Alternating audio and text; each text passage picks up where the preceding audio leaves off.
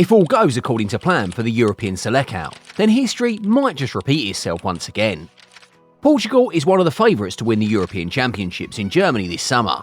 They've got the right blend of everything, from superstar players to a system that works. From heading into the campaign, it's incredibly hard to count them out of the final picture in a couple of weeks, and it's hard to believe years back it was never like this.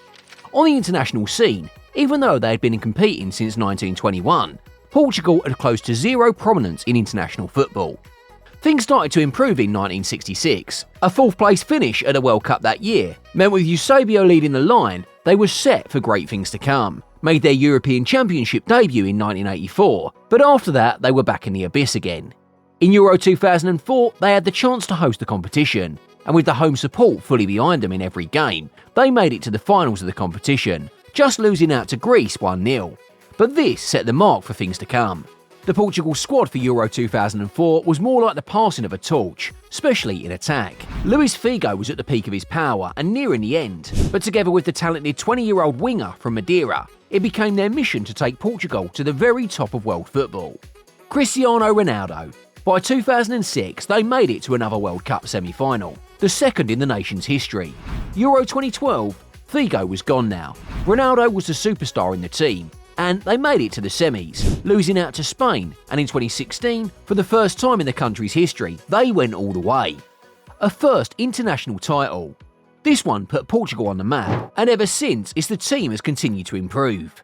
They have added a second title in 2019, the UEFA Nations League, and currently in Germany, they'll be looking for a third Euros this summer. I don't think anyone can blame them, especially looking at how they got to Germany in the first place. Their qualifying campaign was flawless. 10 matches played, 10 matches won. They became just the 8th team in the Euros history to achieve the feat. In a group containing Slovakia, Iceland, Bosnia and Herzegovina, Luxembourg and Liechtenstein, Portugal was expected to easily qualify from the group and top it. And they did it in grand style too. No points dropped, 36 goals across the 10 matches, including results like a 9-0 win versus Luxembourg, and ended the qualifying camp again with star man Cristiano Ronaldo topping the goal-scoring charts. They conceded just twice along the way. Allow me to rephrase this. The 2 goals they conceded were in a 3-2 win against Slovakia, meaning they kept clean sheets in another 9 other matches. Incredible form. A big reason for this was the cohesion the team showed on the pitch in these matches, and most of that was down to the new man in charge. For years, Portugal stuck with one man at the dugout, Fernando Santos. He was the coach that won the country's first Euro in 2016, but after a disappointing World Cup quarter-final defeat to Morocco in 2022, Santos was sacked, and his replacement was a Spanish tactician. Managing a Portugal team with the talent they had wasn't going to be easy, but Martinez was up to the task. His ideas and formation were crafted to suit the team. He wanted them to keep the ball more. His 3-4-2-1 formation meant they could advance with 3 at the back and push the attack to overload the opponent's area, and it also gave them the cover in case of a transition into their area.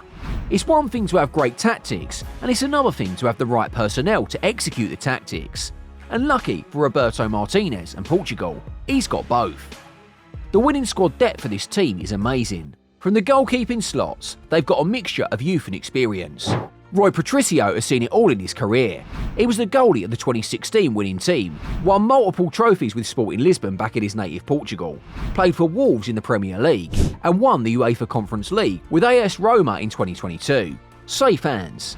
If Patricio doesn't start, as has been the case in a couple of occasions, it could be either one of Wolves' Jose Sal or Porto's Diego Costa in defence now, and the Portuguese are blessed. At 41, any player still playing the game should probably be playing for fun or charity games, but Pepe's pushing strong and competing at the highest level. He became the oldest player to feature in a knockout game in the Champions League last season with Porto. Goes to show how much he's got in the tank, and he's still pushing too. Porto's partner at the back, another leader who could become even better in the years to come, is Ruben Dias. At 23, Dias has already achieved a lot and matured in his career. He was an integral part of the City team that won the treble in 2022-23, played at the World Cup in 2022 with Portugal, and won the Nations League in 2019. Just like Pepe, Dias is a leader. His physical presence makes him a tank at the back, but more than that, he knows how to command situations and keep the game intact. When Portugal decided to go with a back three, it usually means there's a slot for one extra defender. And this is where either one of Goncalo Inacienda comes in, the young gem from Sporting Lisbon, or Antonio Silva from Benfica. At left back, Martinez prefers to sometimes play the skillfully talented João Cancelo in the position, but when he wants to go with a more natural player suited for the role, his best bet is PSG's Nuno Mendes. At right back, Diogo Dalot has nailed down the position due to a string of impressive performances. Martinez can switch to playing Cancelo in the position as well, or Nelson Semedo, but it's to the midfield next, and here Portugal is blessed. Sitting deep, they can rely on João Palhinha, an absolute workhorse in midfield. He had the most tackles in the Premier League last season, which shows just how much he likes to get stuck in for his team. And when he doesn't play, Martinez can always go with Danilo Pereira from PSG to play in the role, or Ruben Neves as well. Central midfield now, and they've got two of the best players in the world in that position, Bernardo Silva and Bruno Fernandes. Bernardo Silva needs no explanation. I mean, oof. For the national team, while he hasn't always been at the level he plays for City with the Selecao, he is capable of turning it up and changing the game on his day. In 2019, when Portugal won the Nations League, he was voted as the best player of the competition. Bernardo's close control and tactical awareness makes him a gem to the Portugal team. And imagine flanking that with the vision of Bruno Fernandes. The guy can pick a sensational pass out of nowhere. He's the captain of Manchester United now, meaning he knows what it's like to lead a big team in high-pressure situations. Finished last with 15 goals and 10 assists in all competitions, and he's in form too. And if he can replicate the way he's been carrying the United team for Portugal as well, it's an addition to the attack. Still, in midfield, they can also rely on options, like Vitinha from PSG, young talent João Neves, and Matheus Nunes from Wolves. And in attack, Martinez will no doubt have a selection headache because the firepower in that section is hot. For years, it's been him. Cristiano Ronaldo's back must have hurt from carrying Portugal in the 2010s. Don't get me wrong. They had a couple of decent players like Nani and Ricardo Quaresma who stood out in the attack over the years. But when it came to the goals and all of that exciting stuff, Ronaldo had always been the man. He's the country's all-time top scorer with 130 goals after making his debut in 2003. The most in international men's football, has the most caps for the national team as well. And in the competition itself, the Euros, Ronaldo's got history there as well. He's got the most goals in the competition with 14, so you know he's a danger man. But you see guys, as Portugal has grown over the years, so has the talent in the team too. Ronaldo's 39 and he's no longer as quick as he used to be.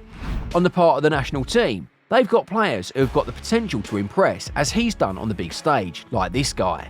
Rafael Leo, the aura he's got around him at 25 already is amazing. He's captained the AC Milan team on multiple occasions and can bag goals with 29 goal contributions in 47 matches for Milan last season. Still on the left, they've also got João Felix, the 2019 Golden Boy winner, who on this day can cause chaos for his opponent. Down the middle now, and if Ronaldo doesn't play, the goals can still come in too. Diogo Jota has proven over the years he's a beast when it comes to finishing chances. If he doesn't play, this guy does. Portugal's hat-trick hero from the 2022 World Cup, Goncalo Ramos, currently on the books for PSG. He could be the wild card of the competition. On the right, Pedro Neto operates when he's fit, but either one of Francisco Conceição or even João Felix can play there. It's been 2 match days into the competition now, and while Portugal hasn't exactly set the competition on fire, they've been more than okay. In match day 1, it took a late extra time winner from Sergio Conceição off the bench to seal a 2-1 win against Czech Republic team that had defended all through. But in match day 2 against Turkey, Portugal showed their class. A 3-0 win, a clean sheet in the bag, and Ronaldo's assist to Bruno Fernandes here made him become the player with the most assists in the Euros with 7. If they can repeat performances like they did against the Turks, then they might just be in with a shout of going all the way in a couple of weeks. If you guys enjoyed this video, let us know in the comments section down below. And don't forget to leave a like and subscribe to the channel so you can enjoy the stuff we release every week too. See you next time.